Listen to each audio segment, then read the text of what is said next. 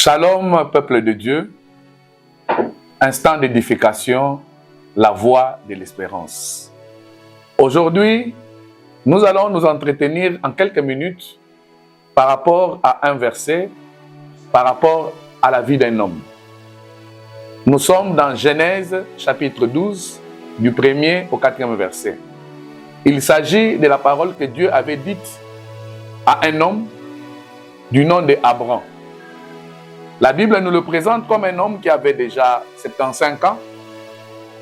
Cet homme avait une femme, il n'avait pas d'enfant, il n'était pas connu, il vivait encore dans la maison de son père. Âgé de 75 ans. Si c'était à notre époque, on le traiterait de tout le mot.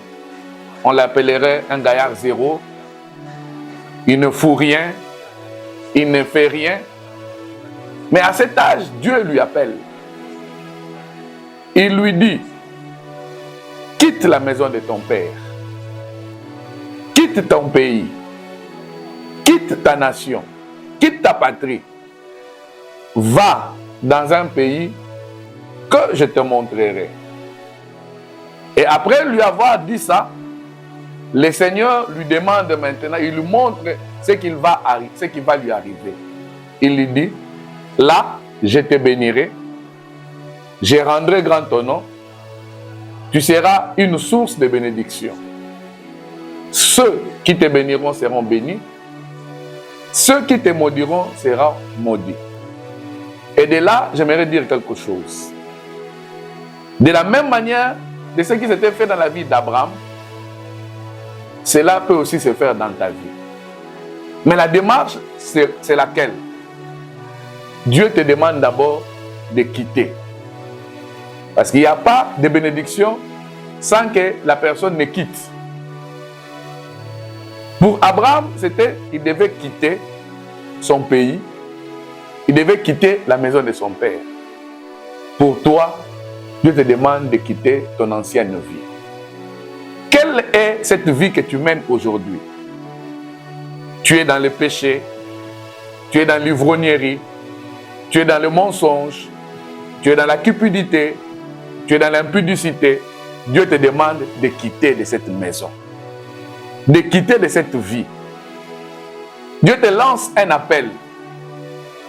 Que si tu quittes cette vie-là, ta vie ne restera pas la même.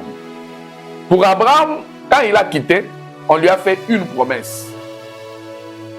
Je rendrai grand ton nom, je te bénirai. Je ferai de toi une source de bénédiction. Le jour où tu quittes, c'est le jour où commence un nouveau processus. Un processus de la bénédiction. Dieu n'est pas un homme pour mentir, ni un fils d'homme pour se repentir. Ce qu'il dit, c'est ce qu'il fait. Ce qu'il dit, c'est ce qu'il accomplit. Et pour la vie d'Abraham, la Bible nous dit que Dieu a accompli parfaitement sa promesse sur sa vie. Quelques années après, Abraham qui n'avait pas d'enfant, il a eu un enfant. Tel que Dieu lui avait dit, il a grandi grand son nom. Tel que Dieu lui a dit, il l'a béni. Et Abraham était devenu un homme comblé. C'est cet appel que je te lance aujourd'hui. La Bible dit que si tu écoutes la voix du Seigneur, n'endurcis pas ton cœur. Dieu te demande de quitter et il te bénira. Et la plus grande des bénédictions qu'un homme peut avoir, ce n'est pas l'argent, c'est la vie éternelle. Il y a une promesse liée au ciel et il y a une promesse liée à la terre.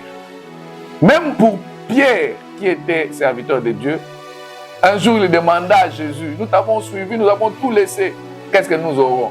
Il lui a dit, dans le siècle présent, vous aurez au centuple et vous aurez la vie éternelle. Vraiment, que le Seigneur vous bénisse. Et c'était votre serviteur, le pasteur Fortunat Toumba, pasteur responsable de l'assemblée de Lemba 2 dans la communauté de l'EJCC. Que Dieu vous bénisse.